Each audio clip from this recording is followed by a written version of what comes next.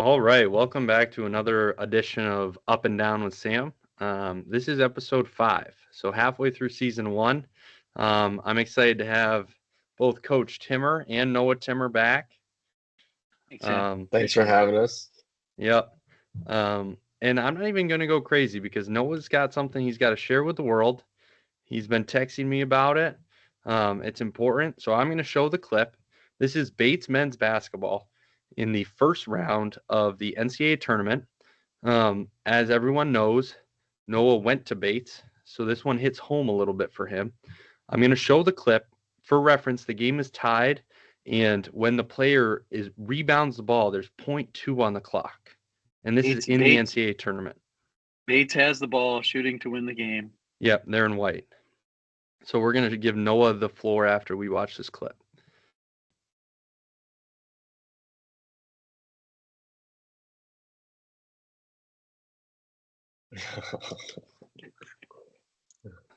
So the official's making a foul call on a loose ball rebound. Oof, yikes. That's brutal. Okay, so everyone saw the clip. 0.2 seconds. Guy makes a loose ball foul call. They're in the bonus. The other team goes to the line, wins the game. Noah, give us the reaction. I mean, I honestly don't know where to start from the amount of frustration I had watching the game. It was middle of the workday, took a little lunch break, watched the end. Let's set the scene even more, right? Okay. So this is a back and forth game the entire way. Yeshiva's got an All-American guard. Had about 30 points that night. Bates is down 2 with 20 seconds. Coach Furbush draws up beautiful play, gets it to our all-conference player, lays it in, right? Tie game, 69-69, 15 seconds left. Yeshiva opts to not call a timeout. They just give it to their guy. Shoots a 30-footer for some reason. 8 seconds left. Air ball. Bates gets it. Coach Furbush decides, hey, we're just going to go in transition. Point guard beats everyone down the floor. And like you saw in the clip, gets a pretty decent look. Tough look, but pretty decent look. And then, like we saw in the clip, with less than a second left, 2 players going for the loose ball, both relatively legal rebounding position. The Bates guys, a little behind him, but there wasn't a box out. He's not going over the top. They're going for the basketball, right? There's less than a second left in a Division III basketball game. And the referee decides to call a delayed foul with 0.2 seconds left on the clock. There are so many different angles that we can attack. I went to Twitter right away. I was not happy. And I got attacked by the nerds. So let's start with the nerds, all right? One thing that's ruining the sport that we love is the nerds.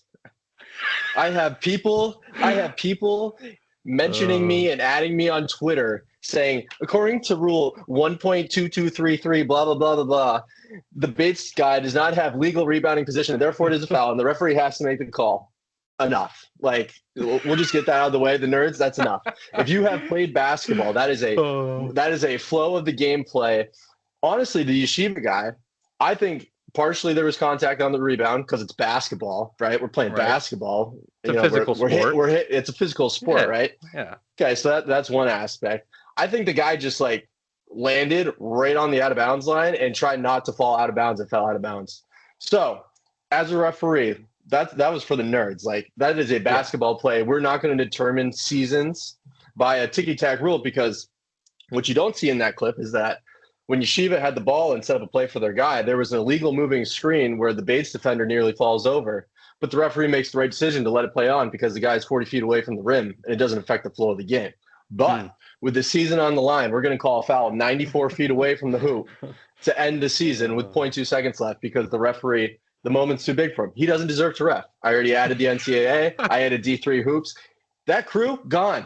See ya. This is basketball. This is sport. We are not ending seasons in the careers. This is Division III. For a lot of these guys, there's nothing after it, right? Division III, you pay to play. These guys, this is how their career ends because a referee has to involve himself in a great basketball game 94 feet away from the hoop on a play that does not affect anything. The game is tied. We are going to overtime. But no, has to interject. And then I got guys in my Twitter saying the referee had to make the call. The guy falls out of bounds and it's all right, so let's say the guy falls out of bounds with 2.1 seconds. Hey, the game's over. Like, regulation's over. Like, we don't have to review that. It's Division III basketball. We're paying to play the game. We can go Paying to to play. overtime. All right. We don't have to go to the review. Like, we pay to play. Let's go play. All right. Pay to No, play. I got guys in my mentions being like, oh, hey, guess what? There were 0.2 seconds left. The ref had to make that call, or else it would have been no. It wouldn't have. There would have been no review. There is no rule in Division III where if the referee doesn't blow his whistle, they can't review that. Like, it's not reviewable in Division III basketball. But Not anyways, reviewable. congrats to Yeshiva. They're going to the Sweet 16. I mean, I feel terrible for Bates, the first tournament appearance in 10 years, and I The thought hose. that was absolute hose job. On a more positive note, I want to shout out the Bates women's team as well. They came back down 20 to beat Smith the following night in the second Sweet round 16. to advance to the Sweet 16. Yep. They got Scranton coming up next week, which is going to be tough. But shout out to the women's team. They're hooping again. They're fun to watch. Player of the year. But come down. I think Smith had one loss all year, down 20 at halftime, come all the way back. So shout out them. But yeah, that's my rant. I had to get that out of the way. Yeah. I'm done with the nerds. I'm done with refs ruining games. Like, I can't take it anymore. Now that you got that out of your system, I'm going to you, Coach. Yeah. This is our problem right now in all levels of sport, to be honest with you, is that we have a situation where being a referee, being an umpire has almost become, scary at times because of social media and the hate. And not to say that wasn't a bad call, but what I'm saying is that because we have less referees, we end up getting a lot more bad ones. We get a lot of guys who haven't played basketball, but one of their friends goes and they want to make some money, and they're like, oh yeah, we get college games right away because there's nobody that wants to do it. And you go down to high school and you got no referees in high school. I mean, literally, we're pulling people out of the hallways of the high school to referee high school basketball games. Like, it's so bad because we live in a day and age where, like, safety is a concern. Like, just parents being absolutely ridiculous because everybody thinks their kids going division. Parents think their kids are going Division I or pro, and so we have a real crisis because we can't find any referees, much less good ones. And this is a classic example. I mean, I go to someone King State. Who didn't play basketball. Yeah, a classic example. They've never been in a game. They've never been in a game at the end that matters. They have no idea what that feeling feels like. Same with the people that are telling you that it's rule 18 point whatever it is. All right. They've never played. Because they've never played, they think they have to uphold the rules of the game, so to speak. And what they don't realize is that that's just not how basketball is played because they've never played it. Listen, I'm going to give my 2 cents and then we got to move on. But as an official, this is what I'm thinking when I watch this clip, right? You have a team of 3 officials in Division III college basketball. Can the other 2 guys just step in and be like, we didn't see it, not the call for the time, let's just take this game to overtime? I mean, there's got to be some help from your fella over there. Probably one of the first things they tell you in any of those things, because I've been through umpiring, is, no matter what, good or bad, you got to have your guys back, right?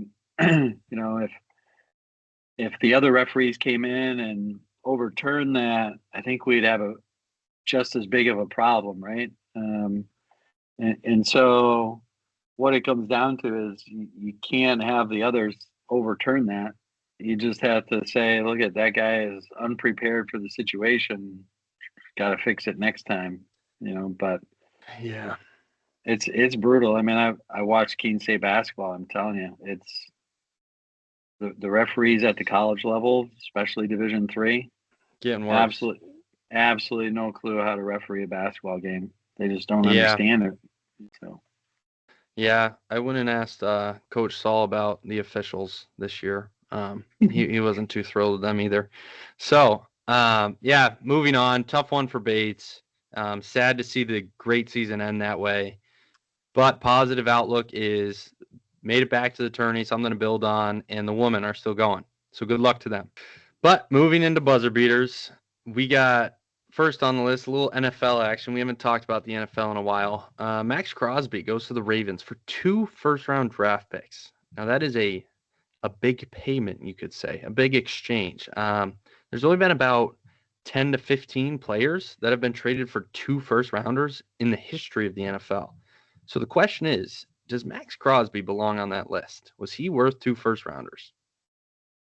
I mean, I don't know, like talent-wise, but like if you're in a position like the Ravens and like you've already gotten rid of Harbaugh, like the clock the clock is on. The Chiefs are down. I mean, the Patriots won the AFC, so like let's call a spade a spade. The Patriots are nothing special. Like if you're the Ravens and you have the quarterback, I think it's a move that you like. You got to overpay to make it. You need a difference maker on that end. You got to keep putting Lamar Jackson into situations where he can try to get you to the Super Bowl because, I mean, he's only going to be there for so much longer. And you know, coaches are being fired, and the next thing to go is the quarterback. So you gotta make the move. So maybe a little bit of an overpay, but I think for the Ravens, it was the right move. You know, first round picks, realistically, I mean, if the Ravens are good next year, you're talking about a very late first rounder. If I don't know what their pick is this year, they didn't make the playoffs, so mid first round. Yeah.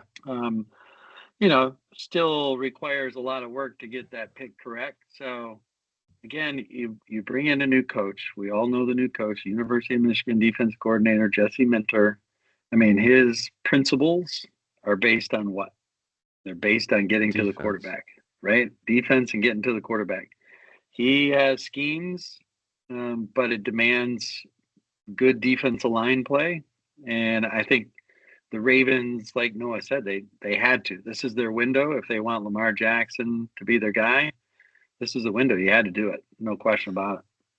Yeah. And to add on to that, Minter specifically, it's like get to the quarterback with 4 because I'm gonna disguise stuff in the back and like we gotta get to the quarterback with 4. Crosby is the guy to do that, and he's kind of a beast in the run game too. And so like if you only have to commit 4 D linemen in today's day, I mean, you saw the Seahawks do it; they won the Super Bowl. So I think it's the right move. But since I'm on a tear today already, I'm just gonna put this out there, and you know maybe we touch back on it.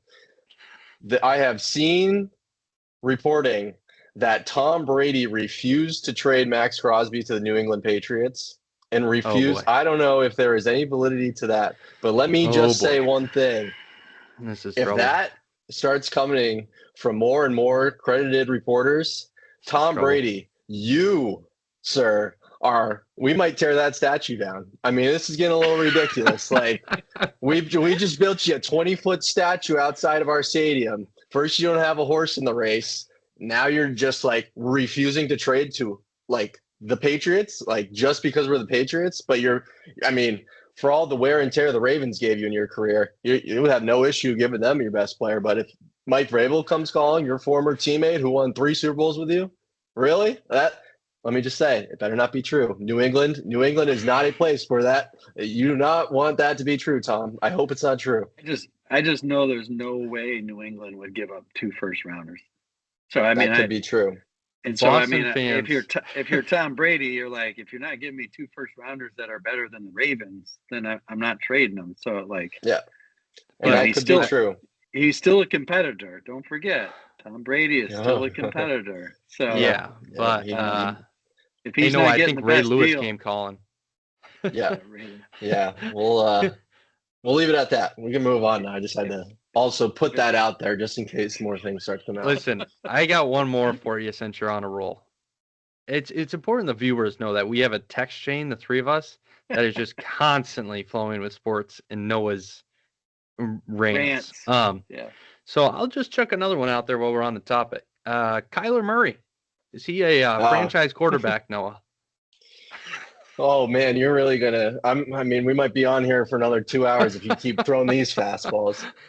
You know, the Minnesota Vikings for such a I mean, actually not a well-run organization. I mean, talk about a history of losers. Like if they move on from JJ McCarthy for Kyler Murray after 1 year, after, saying we don't want Sam Darnold, this is our guy, Sam Darnold goes win the Super Bowl. If you do not stick with JJ McCarthy for a guy like Kyler Murray who plays about 7.5 games at 5'6", like what are we doing? I mean, 5'6". if that's the case, I hope they lose out, because that would be organization, like Noah, mismanagement to the top tier. they won't lose out. They'll win the first 5 games, and then Kyler Murray will get a toenail injury, and then he'll be out for 4 weeks, come back, be Yeah, terrible, and they'll sit him he's for the gonna rest of the like way. sprain his thumb playing Xbox till 4 in the morning. Like They're gonna seriously, be like what do we You like? guys are How is that even a thought? Well, again, NFL, you need 2 quarterbacks. I mean, we've seen it over and over That's again. But I mean, I get it. Kyler Murray's hurt a lot, but when he's not hurt, he can be problematic on the right team. So I'm not so quick to just destroy him. If I'll on the be right quick. on the right team, he can be a problem. His legs are a problem. I mean, again, he has to be healthy and throwing the ball, which I don't think has been true the last couple of years. and a But short offensive line. yeah, I mean, I think Drew We're gonna have to Brees. roll out the pocket to the right so we can see. Yeah, but Drew Brees broke down that wall. Drew Brees was short too, so I don't necessarily have that problem. But all right, I got to move on. I mean, we haven't even made it through breaking our buzzer beaters. So we got Tatum returns to the Celtics. Jason Tatum tore his Achilles, returns within, what was it, 8 months? 10 months, 300 10 months? days. Yeah, 10 months. Okay, 10 months, 300 days off a torn Achilles. Comes back, they're playing the Mavericks, so it's on ESPN, and he starts a little slow, and then he gets the dunk, and then he hits the big three. The TD Garden's going crazy. It really felt like, it was like, man, this has got that same energy as the year they won it. So the question becomes, are the Celtics the new favorites to win the East and or win the finals? What do you got, Noah? Um, I'm definitely not the finals. I mean, I think the Thunder and Spurs have established themselves, and the Celtics have. I mean, we get 2 Thunder Celtics games, I think, here in the last 18 days. I think I could be totally wrong with that, but I'm pretty sure we do. And the Spurs kind of we definitely struggled with the Spurs, so I think those are the clear favorites in the NBA. And I think the Pistons are legit too. Like Cade Cunningham's good. And I think it's 1A and 1B. Celtics and Pistons should be the favorites. And I mean, it's just like I loved the media. Tatum pops up, and it's like, oh, how does Jason Tatum incorporate into the Celtics offense? It's like, yeah. Let me think. So you mean the 6'9" first team All NBA wing that shoots 38% from 3, averages 8 assists per game, and is also a great defender. Let's see how he incorporates into the team he's led for the last 8 years. Like I mean, totally agree. The clickbait's insane. And he's like top 5 player in the NBA. You can't get worse. You add him to the lineup, Yeah. you can't get worse. You're second in the East, top 5 player in the NBA. Shout out Joe Mazzulla and all the guys that have just been grinding, but like, let's be real, like Baylor Shireman, like we can take Baylor Shireman's minutes and bump them down a little bit for Jason Tatum. Like, let's not worry. And like, oh, JT, like JT's got to sacrifice. This is JB's team now. It's like, dude, they sacrificed for each other their entire careers. Yep. They've won a title. They've been to another one. Like Jaylen Brown's just become a distributor since he's come back. I mean, he's had 8 assists in back-to-back games with Jason Tatum on the floor. So it's like, it's all silly, but it's been fun to see him back. I mean, the 3 was awesome, and seeing Deuce, shout out Deuce on the sideline. Yeah. It's good stuff. So Celtics do not have good records against top teams in either the Eastern or Western Conference. So I don't think Jason Tatum changes that all much, and that's simply because the inside presence. I love Koida, or however you say his name. Nemus. All right. I love him, but when it comes down to playoffs, I mean, he's going to be a hard play. He scores around the rim. That's it. He doesn't stretch the floor at all. Can we get away with Hugo Gonzalez and Vukovic? I don't know. That's a Well, tough Vooch got ask. hurt. Vooch Yeah, broke his finger, so we might not Yeah, even he's have out for a Vooch. month. Oh. So legitimately, I don't see it. It's fun to have Tatum back. I hope he's 100%. I hope every doctor on the planet would have cleared him. That's all I ask is Yeah. that he's 110% because I know that it's fun right now because they're second in the conference and you think you have a shot. And as long as he's 100%, I think it's awesome. Yeah, I would agree. Got to be 100%. Not worth sacrificing anything more, but I think it's exciting. I think they can win it. I do. I think Tatum top 5, the way the team's been playing without him, they're gelled. They're a very solid team. They're going to And be so more nights where they shoot 63% from three if they're going to win the NBA championship. which is Yeah, possible. They that'd shoot be the third nice. most threes in the NBA. I know they do. But sticking Wild on good averages. basketball, we're going with Stripe. First stripe of the week in our Stripes and Shanks segment. Miami, Ohio completes the undefeated season, 31-0, only with one quad 2 win. Their best win being that quad 2 win, which was Akron. And they had 8 one possession games. What are our takes on Miami, Ohio basketball? I'm going to go first this time. Have you watched them play? I have. Yeah, I watched their game against Ohio. So I think they do a lot of good things. Are they athletic enough to really go far? I don't know if they're athletic enough to go far, but I tell you what, if they make threes, it's a problem because they got a lot of guys that can shoot it, including bigs, including stretch guys. Mm-hmm. And so they're going to be a problem. Ultimately, their athleticism is going to hurt them. Not make it as far as maybe an undefeated team normally does, but they're good. So I'm you're telling giving you them right a round now, 1 win. they're definitely a round 1 win. I Okay. might even get them a round 2 win. Oh, Oh, okay. Oh. So Sweet he's high on 16, Miami, Ohio. Sweet Sure. 16, and then I think they're gonna face somebody too athletic. However, it does depend on the bracket. If they get somebody uber athletic in the second round, it's not going to be a good matchup either. Noah? I mean, you want to talk about nerds again? Like, let's talk about the nerds again. Like, the team's 31-0. Like, they can play in the NCAA tournament, all right? Like, I don't care that Auburn went and got their behinds kicked in 15 games this year, but they were all good teams. And because they played those teams that they didn't schedule, like, they get to go to the tournament. And Miami, Ohio, who wins 31 in a row, doesn't. Like, I just think that's silly. I've grown to like I think the Ken Palm stuff is good and it's a good indicator of who the teams are.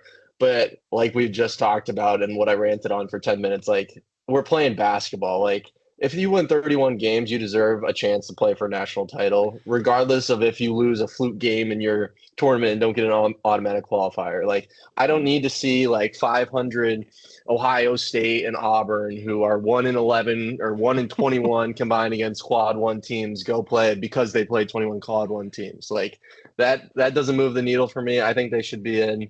You're undefeated. Like they deserve to play for a national title. Yeah. I mean, I totally agree. I think if you don't think they should be in, then you've totally missed the mark of basketball and what March Madness is.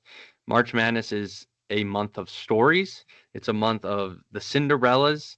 That's what moves the needle. And this is one. I mean, they're 31-0. I totally agree with you with the conference too. Like, I don't care if they go and lose the first round of the conference. Don't care. They should be in. And I also don't think they should get absolutely hosed in the ranking either. Like, I don't need no 15, 14 garbage like that. Give them a shot. They should be a 10 seed. They should be a 10. 10 seed they should be versus a 10 a 7. seed, 9 seed, and they should be able to play. They should not be a 10 seed. If they win their conference tournament, they got to be at least a 6 seed, at least. You cannot tell me. I don't care about their Ken Palm or whatever it is. They're undefeated. It's like you got to give them a seed where they're the legitimate favorites. It's the only fair thing to do. And a point that got brought up. We watch Liberty play in the college football playoff. I think Miami, Ohio basketball is a lot better than that. So James Madison too. But another point that got brought up is they're undefeated in quad 2 technically, which Michigan nor Arizona are. So like Well, all right. I'm just saying, I'm throwing out there that to be undefeated is very challenging, no matter Yeah, who you play. And so you should be rewarded for that. So agreed. that's my first stripe of the week. Moving into Shank, we're going to stick with college basketball and we're going to go to Jeremy Fears. Now, I want to make this clear at the beginning. This is not MSU. We aren't going to, just trash MSU. This is specifically Jeremy Fears, who I think, and this is my opinion, is 100% a dirty player. It's official. It's ridiculous. Coming off that Michigan game where he back kicks Cadeau in, the no-no square as they're both like falling away, that was ridiculous. There have been 6 instances this year that has been reviewed. So, I mean, that's like Draymond Green-esque. I think it's getting ridiculous. It kind of reminds me of Grayson Allen, where he just starts chucking his feet everywhere. He trips guys, kicks guys, along with a little Draymond Green, And I just think it's ridiculous. I mean, watching the Michigan game, Michigan State, CBS had a highlight reel ready to go for when it happened again. Jeremy Fears kicks Elliot Cadeau, and they go to review, and CBS plays 4 instances where he's kicking people. I mean, they had it ready to go. CBS was ready to go. They knew it was coming. Big game, lots of energy. And I just think it's ridiculous. And the one other point on this, then we have the reporter going up to Tom Izzo in the middle of Michigan State and asking him about the play. I mean, give me a break, CBS. Are you kidding me? Are you kidding me? Let the guy coach. That's a Tuesday press conference question of the following week, not a mid game. I would lose my mind. I would have just turned away. I would have turned away and just walked down the sideline. That is the biggest. That might be more of a joke than the kick.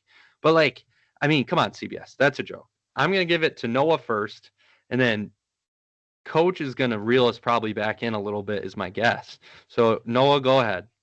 I just want to say that was one of, if not the best basketball games I've watched all year. That was a lot of fun. Like, you could see how much every player on the floor cared, and there were bodies flying. Like Cooper and Kohler going up against Johnson and Mara. Just those final 7 minutes, it was just a war, and everyone was making big shots. Everyone was playing within the confines of the game, and it was one of the more entertaining games. There were back-to-back posters, there were big threes being made. It was awesome.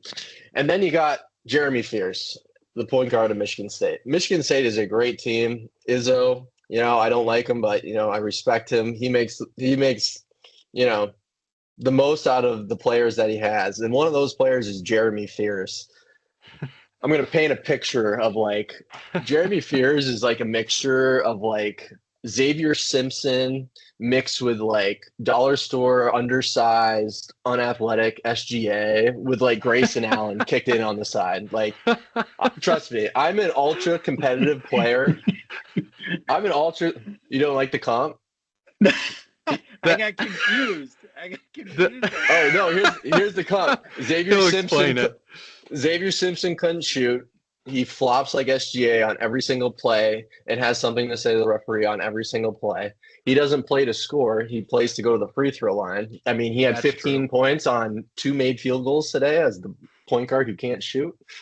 Mm-hmm. And then Grayson Allen is just because he loses his mind and just starts kicking people. I mean, maybe Draymond Green's the better comp there because Grayson Allen would trip people. But, I mean, Fierce has done the same thing. So I just as an ultra competitive guy myself, sometimes you see black and but I mean, this guy is, he ruins the game. He's impossible to watch. I don't think I've ever struggled to watch a basketball player more than I have struggled to watch him, because it's he's dirty and does all the stuff, and then he comes back on the other end and just flails his arms up as if he wasn't doing the same thing on the other end. Complains, can't make a shot. And then he's smiling, he's hushing the crowd after he makes his technical free throws because that's the only way he scores. He's unbearable. He's the shank. He's the loser. He's everything of the week. I cannot stand him. And I'm so glad that Yaxel went crazy tonight and secured the Big Ten Player of the Year, because if Jeremy Fears was represented as Big Ten Player of the Year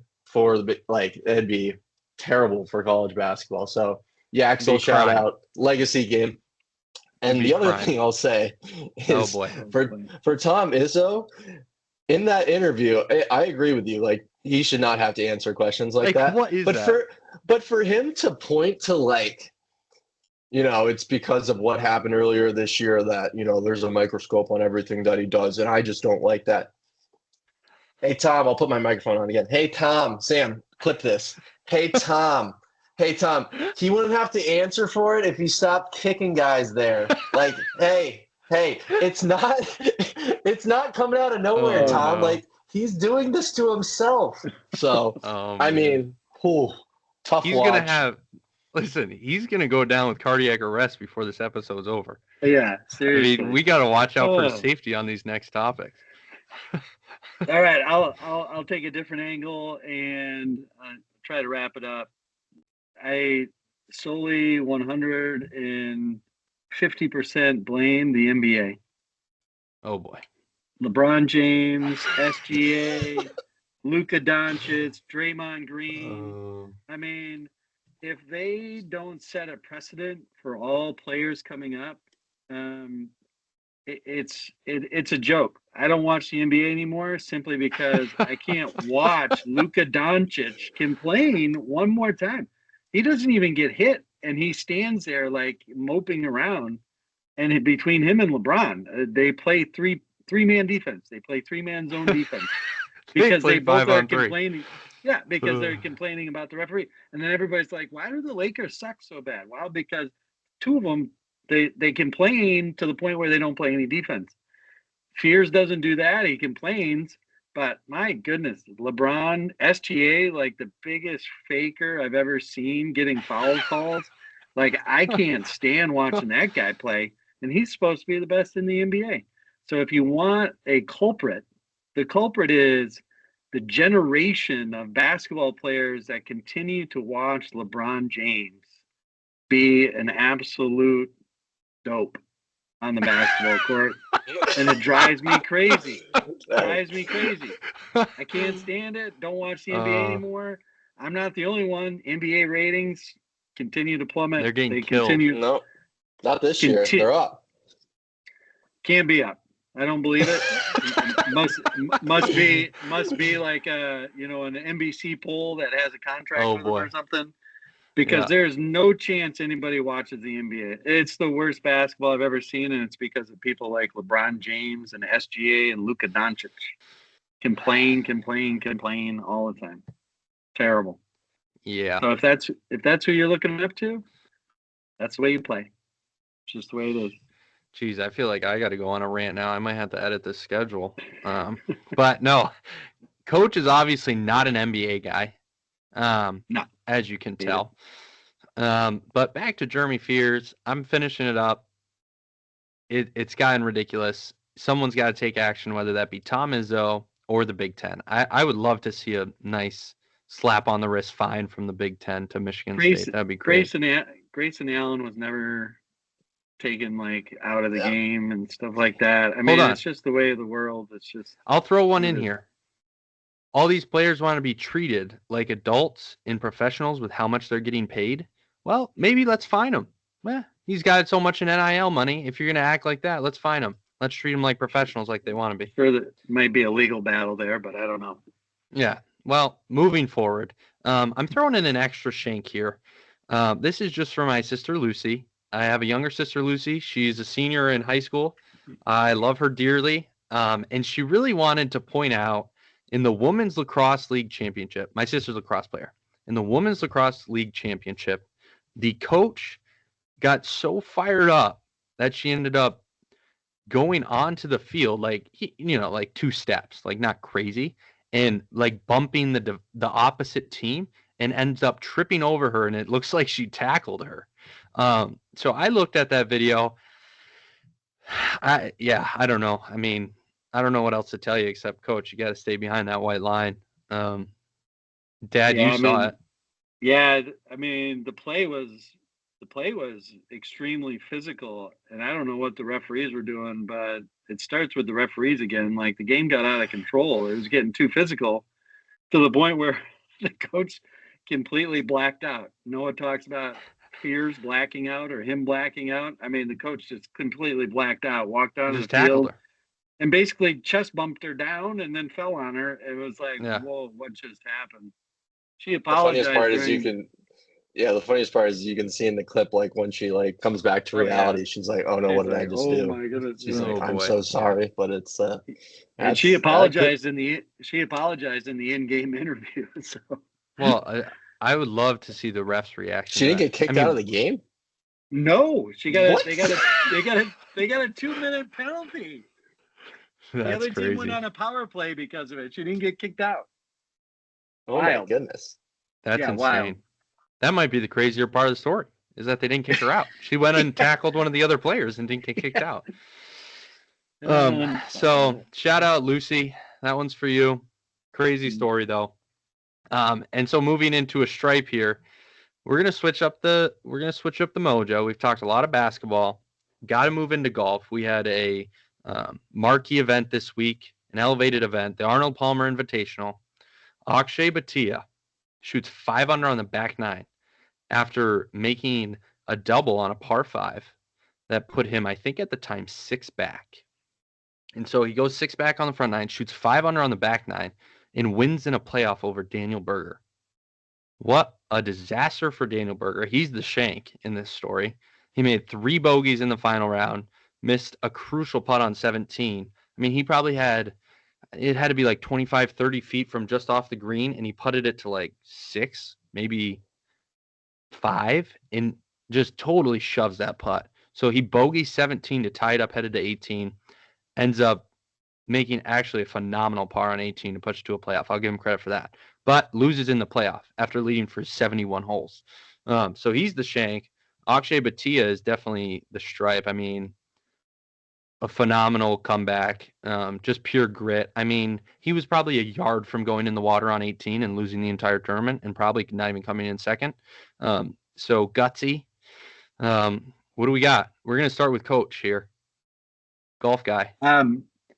You know, I love Akshay, so I'm happy for him. But the real story is that I feel terrible for Daniel Berger, and the reason is because he's had a tough go, right? I mean, he's had some swing issues, and he went down to the Corn Injuries. Ferry Tour, right? Corn Ferry Tour. Then he had to go back Injuries. down. And trying to win again. We all know how hard it is. I mean, the guy told us after Jacob Bridgman told us couldn't feel his hands and arms for the last Yeah. 3 holes, and I can promise you, Daniel Berger was in the same exact spot that he was. Couldn't feel anything. Yeah. Especially when you're ahead by that much, you're like, I can't lose this, and then you're like, I can lose this. It's the aggression stops. But I do have one other thing I want to mention about the Arnold Palmer. Okay. They messed up. The greens. The greens, they almost died in the first round. Like, see, they couldn't stop talking about on ESPN that most of those greens were almost like dead. Like they had to syringe them after the second round. I'm all for making the course hard and stuff, but if you got to make it concrete and like super fast just to get the pros to shoot what was the tying score? -15? -15. Yep. Yeah, maybe that's not the course. I mean, you can't do that to these players and expect like, oh, we love coming back to this place if the greens are dead because you want to make them so fast and so hard. So that's my last rant. Well, I'm going to give a comment on that. My boy Justin Thomas returned from a back injury, so he missed the cut. And he was asked if he was going to stick around on the weekend and practice because like sometimes you miss the cut, you're going to stick around and practice a little headed in the next week. And he looked at the reporter kind of funny. He's like, no way, not on these greens. I'm leaving. This is ridiculous. And he was fired up about it. He was not happy. And so that's kind of the consensus coming out of the Arnold Palmer Invitational from the players was that it was ridiculous. So I'm going to Noah. What did you think about that finish? I don't have much to add. I'm going to be honest. I didn't really watch it. I was locked in on Michigan State. What I will say is hand up. Hey, Daniel Berger, that's on me. I literally said earlier today to Coach Timmer here, Akshay can't win it. He's not clutch at all. And sure enough, he Oh shot 500 no. in the He back. did. So hand up, He really Daniel did. Berger. That one is on me, big boy. Like I Like will own that. That is a direct quote from That your is a boy direct Noah right quote. there. I said Akshay just cannot win it. He struggles on Sunday. So Daniel, hand up. Those 5 yikes. birdies on the back are on me. Yep. Well, listen. I appreciate you putting the hand up. We don't need a Joey Cold Cuts where you keep the hand down. I No, appreciate hands you up. taking ownership for that one. When you said Daniel, Akshay won, I said, "Oh boy, that's on me." Daniel, we send your best regards from Noah. He messed that one Yeah. up. Might have to send him the Hopefully, first merch package. up and down with Sam T-shirt. He'll probably burn it. But no, so sad to. I agree. I was a little bummed. So you gotta root for him moving forward, I think. But it is a big moment for Akshay. You hope it kind of breaks open his career. And so moving forward, we got make your picks. And last episode, episode 4, me and Coach talked about the majors. And we caught some slack in the group chat, you'd say. And so now we're going to put Noah on the spot and see what he can come up with for his 4 major picks. We're starting with Augusta. Sam Burns, so. Yeah, oh boy, it was really the Sam Burns pick. Like there were a lot of good thoughts in that segment, and somehow I heard Sam Burns as like the first name winning of all tournaments, the Masters. I was like, oh boy, like watch out. I'm pretty sure I watched him bogey like 3 straight holes in a playoff in a little like pillow fight last year to win a tournament. So I don't know about the Masters yet, but I'm gonna stand on business. Yeah, can you run me through the tournaments again? Like I'll start with my Masters pick. We're going with the Masters at Augusta National. Yeah. I'm gonna take a shot in the dark here. Actually, no, I'm not gonna take a shot in the dark yet. I think I'm gonna pick Scotty. I think that okay, it's his third. Yeah, I just think like that's kind of his tournament. Like he's already won 2. I mean, I know he's not playing his A+ golf right now, but I could easily see him shoot a 63 on Thursday, and then it's just it's game on from there. So I'll go Scotty for the Masters. Okay. Well, PGA Championship is at Donald Ross course. We've already covered that. We don't need to cover PGA. No, hold on. My favorite golf course designer, Donald Ross. Oh, that's interesting. I couldn't believe you slandered him so much on the previous podcast. I almost sent a message into the one of our favorite courses is Whitensville Golf Club. Home of Donald Ross, and honestly, one of my favorite layouts. It's very fair. It's very forgiving. I appreciate Donald Ross, so I cannot believe you said such terrible things. You're a clown. But anyways, moving on. Ridiculous. That is ridiculous. Moving on. Donald Ross. I really liked the idea of Tommy Fleetwood winning a tournament, and he's struggling right now, which kind of, I mean, he was like +10 this week, right? Like that. Yeah, he was just. Yeah, he was bad. That kind of turned me off, but I see Tommy winning a major. I thought that was a really good conversation from you too. So I'll have Tommy winning at Donald Ross. Okay. I think his irons are good enough to get into the little like 6-inch circumference that you have to hit it on Donald Ross for it to not go off the green. So and Noah's true colors begin to show. No, it's a compliment. It's a compliment, Noah. I gotta ask some follow up. Mm-hmm. Do you enjoy putting on Donald Ross greens? Is that something you enjoy? Yeah, I'm typically better on faster greens. Yeah, I tend to have more undulation, right? The undulation can be tough, but I like the speed. I feel like I don't have to hit it too hard. That's when we get in trouble. So I do appreciate Donald Ross's greens. And just for the viewers, I feel like I can remember multiple stories where Noah. Speaking of Whitensville Golf Club, first hole, par 5, super elevated green. I remember multiple times when Noah would chip or putt, and the ball would end up 70 yards from the green, back down the hill. And I can tell you one thing. Donald Ross was not his favorite course designer in those moments. It's up there. We're going to leave it at that. Hey, I just got to make a better shot. That's on me. I can't blame Donald for that. He loves a challenge. He loves a Yeah, challenge. exactly. Next time we go out and play and you complain about the course, I'm gonna say, hey, you gotta hit a better shot. Don't US say Open. US Open, Shinnecock Hills. Who Shinnecock you got? Hills. It's more of a more like a European link style. Perfect. Give me Colin Morikawa. I think Morikawa gets it done.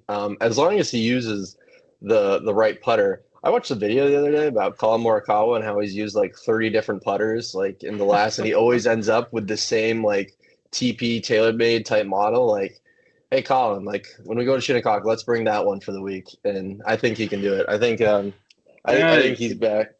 He got the putter from Kurt Kitayama. He's all set. He loves it. Okay, good. Perfect. Yeah. Then He I'm was gonna at go with top of the leaderboard this week too at the AP Yeah. invite. He's playing great. I think he gets another one this year. What do you have? He has 2 majors, right? 2 majors early on. Three.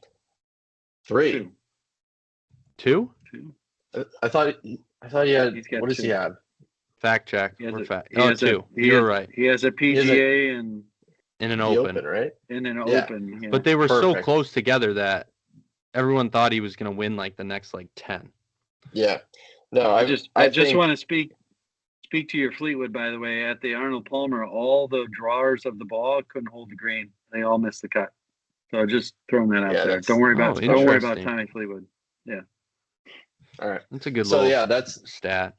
my Can't- Morikawa Cantley. pick. Justin Rose, Tommy Fleetwood, all the good guys that draw the ball. They didn't make the cut. Interesting. All right. And then final one, Royal Birkdale, the Open Championship. What do you got? Rory McIlroy. I think Sure. I think Rory's gonna. I think he's gonna get another one. I feel like when he goes on those, he's at a point in his career, and we can kind of tell like he did the thing. He got the Grand Slam, and since then it's kind of been like show up and play when it matters. But like and I think when he goes back to Europe, I think he'll try to get another, even though it's not. I don't think where is it again? It's not. It's obviously not in Ireland, but. No. Royal Birkdale, right? Yeah, it's at Royal Birkdale. So I think Rory will get another major, and I think that'd be. I'm not a huge Rory fan, but that'd be cool. So I got Scotty, Tommy, Morikawa, and Rory as He went with all the heavy hitters. He didn't. Yeah, That's okay. That's okay. He didn't venture too far out. I had to play it safe. Now- Chris I had Goddard three is of a good the shout. Yeah. Chris Goddard's a good shout at the Open. I thought about that, but I just think I see Rory winning again. I like it. He's gonna get hot. That's the major I think he would want to win. Agreed. Now that he's got the Masters. And so Agreed. sticking on kind of this picking of golf tournaments, the Calvin men's golf team's headed to Florida this week for spring break. And so we are actually going to be at the Players Championship on Friday, which is awesome. I'm sure you up and down. We'll get a little update while we're out there. But so we got to pick Players Championship. I know last week me and Coach both agreed on Scotty. Is that correct? I think we both said Scotty. I'm changing my pick, so I'm starting because I'm off. I'm totally off the Scotty train. I don't. I think. Train. Watch out. I think 3 wins. I think he's getting 3 wins this year. That's it. And one of them is going to be like some Tough year. Texas Open or something like that, some ticky-tack tournament. But I'm going with Cam Young at the Players. The guy is striping the ball. He's playing good golf. He had one bad round this week. And I believe he ended up T3. And I think he's got to win in them soon. And I think the Players is a perfect spot where he can kind of get like that big tournament, but not a major. It's, people call it the 5th major, and I think it's a great opportunity for him, and I think he's going to take advantage. I think he gets it done at the Players this week. Coach, you sticking with Scotty? Sticking with Scotty Scheffler again. We've tricked out some courses, and Scotty Scheffler's been going back and forth with his driver. Looks like it's dialed in. If his driver's dialed in and he's in the fairway, I can promise you it's over. He won't lose the Players. Wow. Over. Wow. That seemed like a 100% guarantee. Yeah. And If you his know what driver's Tommy in Boy the says about guarantees. if his driver's in the fairway, because his iron play is great, but at the Arnold Palmer, he'd hit it 10 feet from the pin and it would roll 40 yards over the green because they were concrete. So Yeah, he had to trick it Sawgrass will up. not be like that. No, they'll keep it pristine. All right, headed to my man. What do you got for us, Noah? Ludwig Oberg or Abe Wow. Oberg. He's I don't know if you've noticed, but each week, finished what was he around 40 a couple weeks ago to 20 last week. You look at the leaderboard today, a little 67 on Sunday, Yep. tied for 2, I think, or 3. I guess he couldn't finish 2, but or 3, yeah. Yeah. But yeah, I think similar to Dad with Scotty, I think when he gets rolling, he gets rolling. And I think based on the trend that I'm seeing, I think there's definitely a chance he could get hot and attack Sawgrass. So Yeah, I like that. I think that's a good pick. I'm actually a little bummed I didn't think of that. That's a good pick. I really like that pick. I'm going to stick with my boy Cam Young, but if Ludwig wins, I'm going to be a little salty about it. So appreciate what that about pick Scheffler? right there. If Scheffler wins, you gonna be salty? Scheffler's not going to win. I'm not worried about that one. So the best thing that could have happened, is you went away from him. It's the best thing that could have happened. You just gave him the championship. It's perfect. I appreciate it. No, he'll shoot +3 and then like meander around with a -2 and then shoot like 8 under, and everyone will be like, "Oh, Scotty's back," and then he'll come T10. So much slander. Yeah. No, it's not slander. I just think slander. You got to motivate him a little. I think we got to start taking shots at him to see if he's going to bounce back. All right, moving on. This is our last segment of the day. Go Pack on the go. I know Noah doesn't have much to say, but I do. So big news coming out of the Packer world. We got a lot of bullet points in here. First, trade for Zaire Franklin. He is a linebacker, played with the Colts. He's going to be making $6 million first year, $8 million second year, so not a huge contract. He wears that C on his chest. We love that leadership over here in Green Bay. We're looking for leaders. He was 3rd overall snaps last year in linebackers, which we need. We need someone we need steady Eddies on the defensive side. We need people who are healthy and ready to go week in and week out. He doesn't really miss tackles. He has less missed tackles, more total than Quay Walker, who we are now obviously letting walk. More forced fumbles. More of a he's more of a playmaker. Like he's going to make the big hit and get a fumble, or he's going to get the big sack or something like that. So I'm excited about this one. It is sad to see Quay go. I would have preferred to re-sign Quay, but I'm glad at least that we're making moves instead of just sitting around and letting McDuffie play linebacker. I don't even see that. So I'm glad we're making some moves. Dad, what do you think? I'm going to hold judgment until I see him play in a Packer uniform. I like Quay. We finally had somebody in the middle that is reliable. Although I got mad at him for tackling guys 5 yards down the field. So if this Zaire Franklin can tackle him 2 yards down the field, I'll be a much happier person. So that's Cooper's job. Yeah, Coop's our big hitter. We need a steady guy. I know, but Cooper had to play coverage all the time, so he wasn't always in there in the run, and that's why Quay gave up 5 yards all the time. Well, we got I Cooper hope Quay Walker comes to the Patriots because man, do we need linebackers? And I'm ready. I'm ready. Quay Walker and Tremaine Edmonds, come on over to New England. We're ready. It'd be good. It would be a good pickup. Yeah, he's a good player. He's probably the most sad I am. The player I'm most sad about that is walking. And so speaking on more contracts and stuff like that, Sean Ryan, our center, signed 3 years, $33 million, which puts him 6th overall in centers for payment. So a little high, not my favorite, but we need stability on that offense line. We need guys to come back. I think, you got to have a base. He's still a young guy. Jordan Love and him are building a connection. I don't mind it. I'm happy we're trying to stabilize that offensive line. The one thing that scares me is overpaid and then injury. But the deal hasn't fully come out yet, but there are rumors that there's not a lot of guaranteed money, so it is going to be up to him playing. So that will be interesting to see.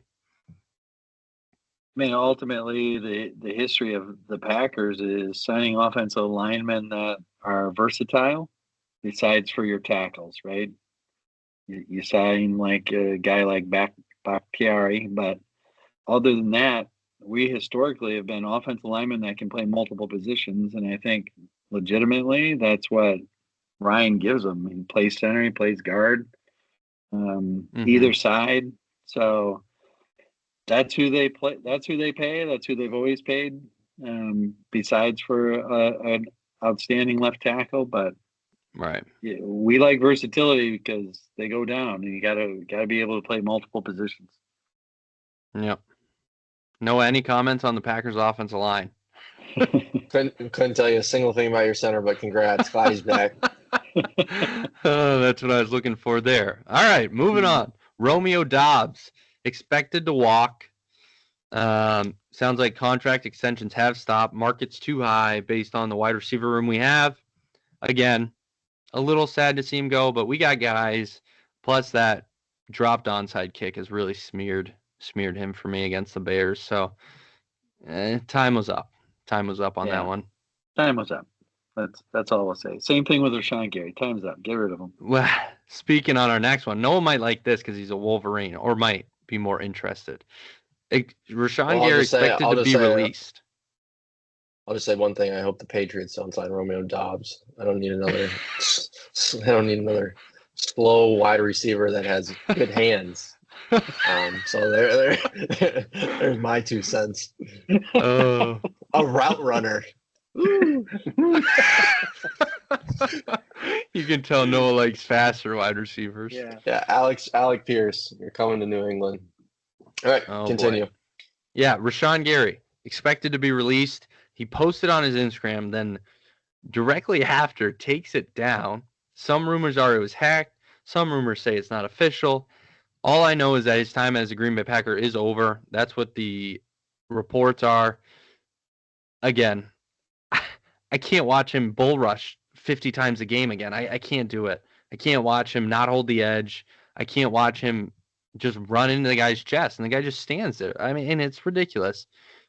He's got to become more versatile, maybe a swim move. I mean, I don't know much about D-line, but I can tell you a second move is probably a good idea.